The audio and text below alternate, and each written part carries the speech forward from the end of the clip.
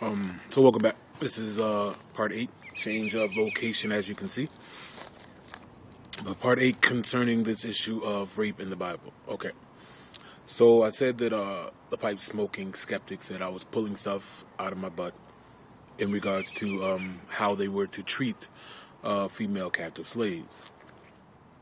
So I'm going to read again the scripture I read in the video that he was responding to, which was Deuteronomy, the 21st chapter, verse number 10. It's dealing with female captives. It says, when you go out to war against your enemies, and the Lord your God delivers them into your hand, and you take them captive, and you see among the captives a beautiful woman, and desire her, and would take her for your wife, then you shall bring her home to your house, and she shall shave her head and trim her nails. She shall put off the clothes of her captivity, remain in your house, and mourn her father and mother a full month.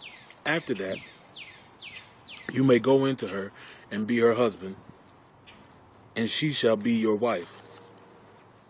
And it shall be, if you have no delight in her, then you shall set her free. But you certainly shall not sell her for money. You shall not treat her brutally, because you have humbled her. So I'll read this scripture again. I read this scripture again because first and foremost, we got to understand that, okay, the women that they had captured from the Midianites clan, from the war that they had brought them in, the virgin girls.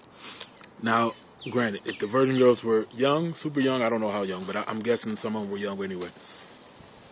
But if out of them a man wanted to marry one of them, he would have to give her a month to mourn.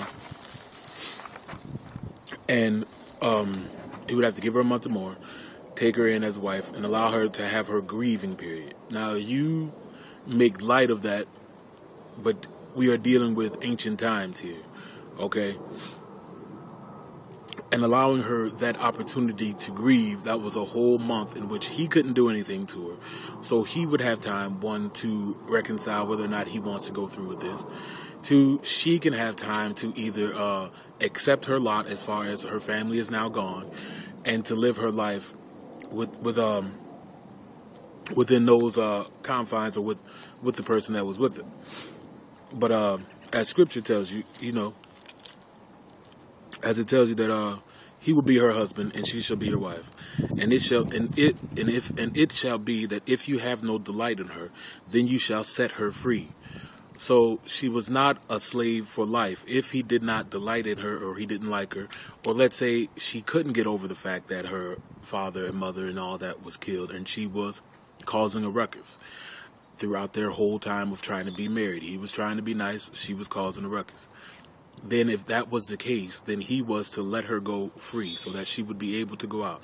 This is not putting her out on the street, because clearly there are rights and given to those who are slaves, and allowing them to take things with them and not just be sent out willy-nilly.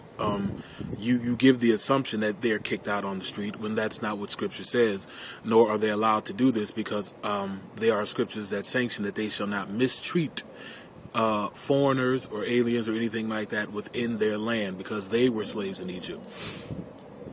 So again, your claim, and it's like you take stuff, and a lot of them you're taking stuff and you're incorporating what you see in today's society, as that's the attitude that people had back then. Yeah, he just kicked her out on the street. No, he couldn't kick her out on the street. It tells you that, one, he shall set her free, but certainly you shall not sell her for money. So he couldn't sell her for money to anybody. And you shall not treat her brutally, because you have humbled her. So you cannot treat them brutally. And it's funny that you keep making mention that they are doing brutal things, but Scripture tells them that they can't treat them brutally. So what you are making is an assumption based on what you see in today's society, not based on what the Word sanctions and what they prohibit them to do. So you have to understand that. And then first and foremost, and this goes on with the whole thing of the virgin girls and the rape that you said, that you claim had happened.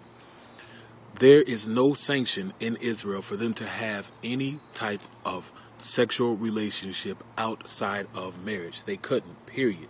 So you can't go on and say that, hey, they're raping these women when the word tells them, the law tells them that there is at no point in time are they allowed to have sex outside of marriage. So they have to marry the person.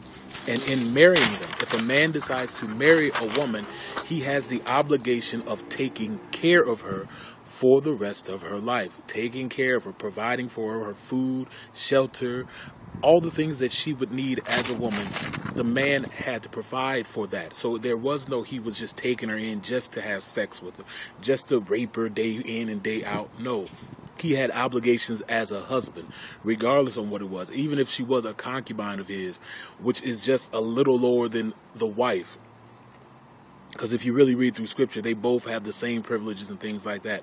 It's just one is just most likely the first one, and then those under it would be labeled as pretty much concubines. But anyway, I'm not even trying to go into all of that. That the husband, whole deal was he had to take care of her, period. So there is no they mistreated them. There is no they just used them as sex slaves. No, because once you took on a woman as a wife, she became your responsibility as to protect and provide for. This is not something that is considered property. It is a false accusation that you label it on them and you say that's how they treated them, as if they were property, that they can do what they wanted or do what they please. No, these rules sanction and govern so that they did not mistreat people and use them or misuse them as property.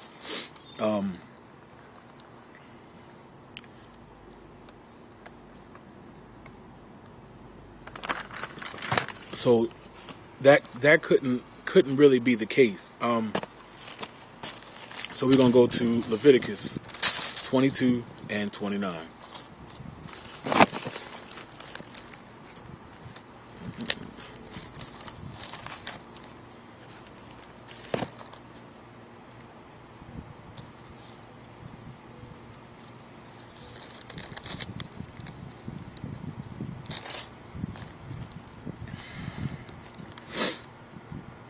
Leviticus 22 and 29.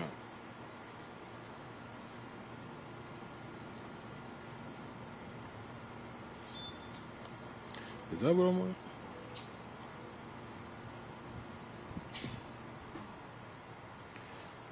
Oh, yeah.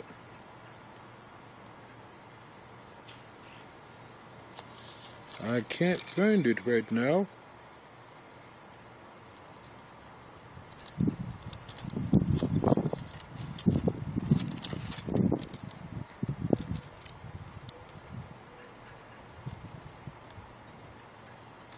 All right, let me go to Deuteronomy 23 and 17 instead. I can't find the one scripture I was looking for.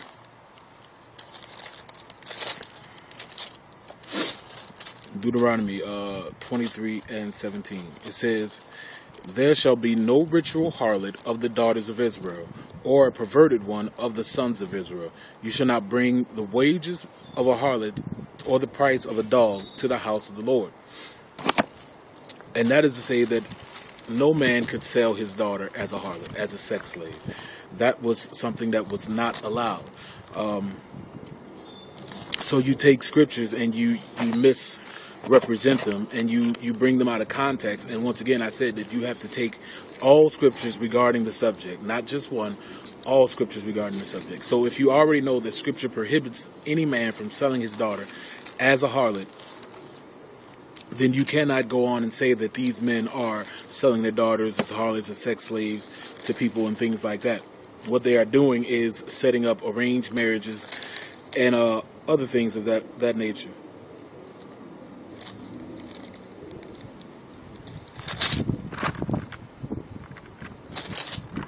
I'm trying to find the one because there's a verse that that really gets it to the point, right to the point. Oh, it's Leviticus.